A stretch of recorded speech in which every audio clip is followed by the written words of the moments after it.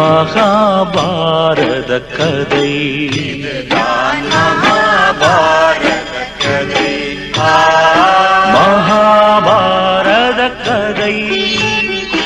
மகாபாரத கதை.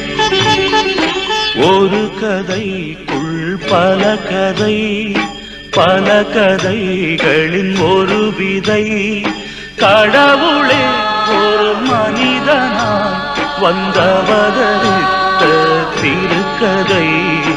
தர்மமென்றும் வெல்லுமே என்றே உணர்த்தும் பெரும் கதை. தர்மமென்றும் வெல்லுமே